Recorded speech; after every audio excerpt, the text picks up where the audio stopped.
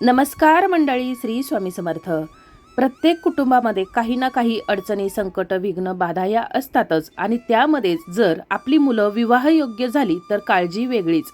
आपल्या मुलांचं योग्य वयात विवाह व्हावा आणि आपल्या मुलांना मनासारखा जोडीदार मिळावा, मुलांचा संसार सुखाचा व्हावा अशी सर्वच आईवडिलांची इच्छा असते आणि त्यानुसारच आईवडील आपल्या मुलांसाठी स्थळ देखील पाहत असतात. परंतु हे स्थळ पाहत असताना अशा काही अडचणी निर्माण होतात, त्यामुळं आपल्या मुलांच्या विवाहामध्ये विलंब होत राहतो आणि आईवडील तसेच मुलं मुली देखील काळजीमध्ये असतात. पण जर काही विशिष्ट तिथींना जर काही उपाय सेवा जर केल्या तर त्या विशिष्ट तिथीच्या देवी देवतांचे आशीर्वाद प्राप्त होतात आणि आपल्या मुलांच्या विवाहामध्ये जे काही अडथळे येत आहेत, ज्या काही अडचणी आहेत, मग कुंडली दोष असेल किंवा प्रेमविवाह करायचा असेल त्यामध्ये अडचणी येत असतील किंवा मनासारखं जसं हवं तसं स्थळ येत नसेल किंवा स्थळ येत असेल परंतु काही कारणानं विवाह मोडला जात असेल किंवा अशाच प्रकारच्या विवाहामध्ये जर काही अडचणी येत असतील आणि ज्यामुळे विवाहामध्ये विलंब होत असेल तर या विशिष्ट तिथीला जर काही सेवा केल्या तर विवाहातील सर्व अडथळे दूर होईल, मनासारखे स्थळ येईल, प्रेमविवाहामध्ये ज्या अडचणी आहेत तर त्या देखील दूर होईल आणि आपल्या मुलांचा संसार सुखाचा होईल.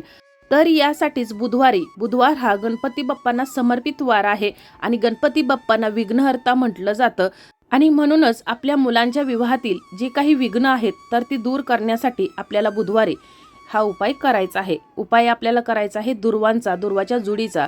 आता उपाय कशा प्रकारे करायचा आहे, कोणती सेवा करायची आहे याविषयीची माहिती व्हिडिओमध्ये मी पुढे तुम्हाला सांगणारच आहे. पण त्यापूर्वी चॅनलवर जर नवीन असाल तर चॅनलला सबस्क्राईब करा, जेणेकरून आपले असेच येणारे नवनवीन माहितीमय आणि भक्तिमय व्हिडिओ तुमच्यापर्यंत पोहोचत राहतील. तसेच व्हिडिओ पाहताना व्हिडिओला लाईक करायला देखील विसरू नका. तसेच कमेंटमध्ये ओम गण गणपते नमः लिहायला विसरू नका. तसेच कोणत्या ठिकाणाहून हा तुम्ही व्हिडिओ पाहताय हे देखील नक्की सांगा.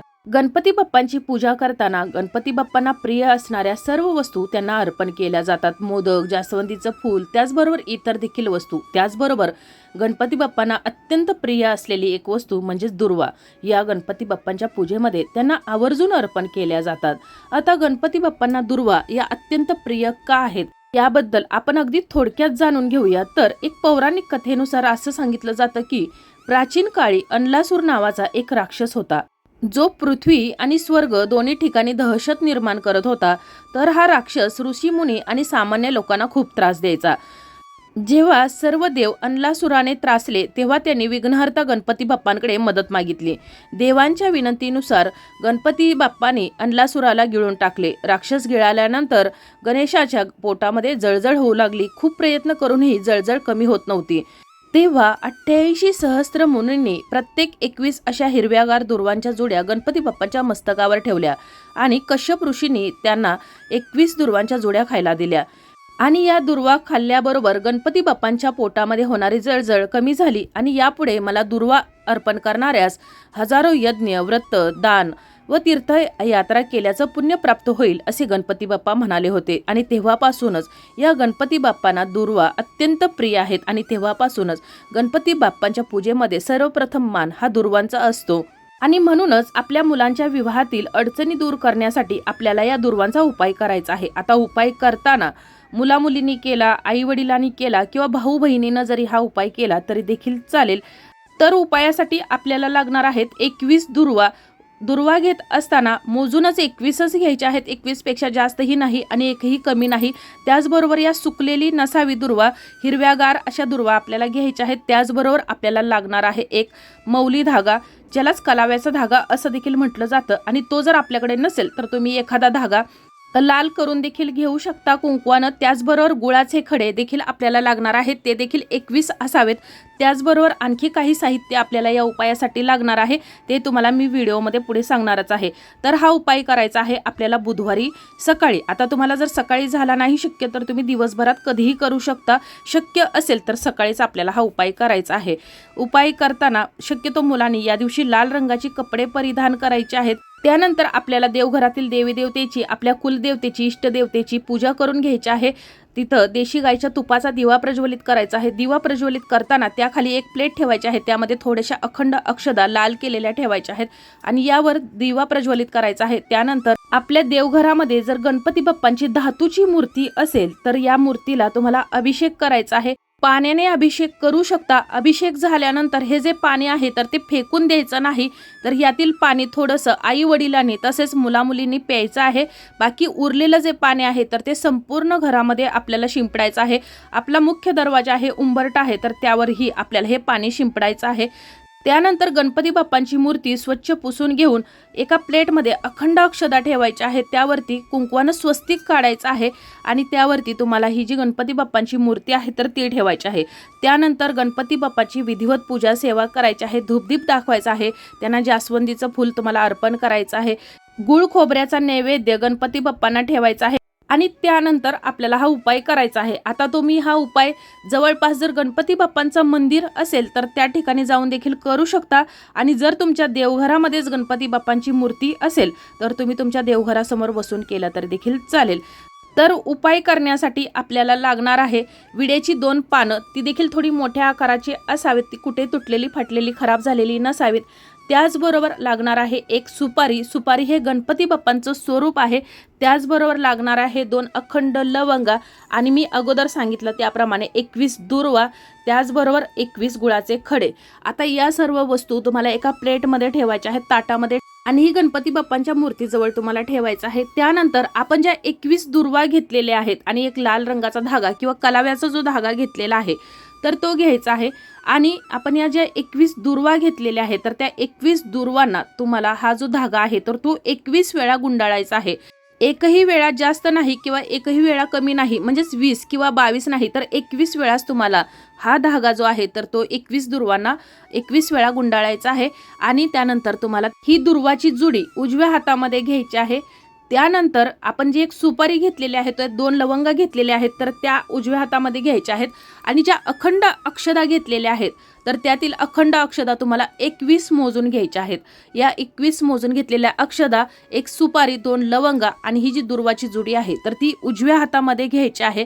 आणि त्यानंतर तुम्हाला गणपती बाप्पांच्या समोर बसून एक मंत्र जप करायचा आहे. तर तो मंत्र जप असा आहे की ओम गण गणपते नमः. 108 वेळा तुम्हाला हा जप करायचा आहे. शक्य होत नसेल 108 वेळा बोलायचा तर तुम्ही एका हातामध्ये जपमाळ घेऊ शकता. जपमाळेने देखील तुम्ही हा जप करू शकता किंवा कडधान्य मोजून घ्यायचे आहेत अगोदरच 108 आणि त्या कडधान्याच्या साह्याने तुम्ही 108 वेळा हा जप करायचा आहे. किंवा तुम्हाला कोणताही गणपती बाप्पांचा जो मंत्र जप येत असेल तर तो तुम्ही करू शकता. त्याचबरोबर गणेश स्तोत्र, अथर्व शीर्षाचं तुम्ही पठण करायचं आहे. श्रवण केलं तरी देखील चालेल. आणि त्यानंतर तुमच्या मुलांच्या विवाहात जी काही अडचण आहे, जी काही समस्या आहे, ज्या कारणानं तुमच्या मुलांचा विवाह ठरत नाही, तर या ज्या वस्तू हातामध्ये घेतलेल्या आहेत तर त्यावरती तुम्हाला या आपल्या मुलांच्या अडचणी सांगायच्या आहेत. आणि त्यानंतर दुर्वाची जी जुडी आहे तर ती गणपती बाप्पांना अर्पण करायची आहे. आता ही अर्पण करत असताना कशी करायची, तर या दुर्वाचे जे पुढचे शेंडे आहेत, पुढचा भाग आहे तर ते ओलं कुंकू थोडंसं करून घ्यायचं आहे आणि या ओल्या कुंकवामध्ये तुम्हाला या दुर्वांचे जे शेंडे आहेत, पुढचा भाग आहे तर तो संपूर्ण तुम्हाला कुंकवाने लाल करायचा आहे. म्हणजेच या दुर्वा त्या कुंकवाच्या ओल्या कुंकवामध्ये बुडवून घ्यायच्या आहेत आणि अशा या दुर्वा तुम्हाला या गणपती बाप्पांना अर्पण करायच्या आहेत. त्यानंतर एका प्लेटमध्ये जी तुम्हाला मी एक सुपारी, 21 अखंड अक्षदा आणि 2 लवंगा ज्या सांगितल्या होत्या तर त्या ठेवायच्या आहेत गणपती बाप्पांच्या चरणाजवळ. त्यानंतर पुन्हा एकदा तुम्हाला गणपती बाप्पांना आपल्या मुलांच्या विवाहातील अडचणी दूर करण्यासाठी प्रार्थना करायची आहे. त्यानंतर तुम्हाला शक्य असेल तर या दिवशी दिवसभर उपवास करायचा आहे. आणि त्यानंतर म्हणजे दिवसभरात तुम्ही ज्या ठिकाणी गोमाता असेल तर त्या ठिकाणी जायचं आहे. गोमातेला हिरवा चारा खाऊ घालायचा आहे.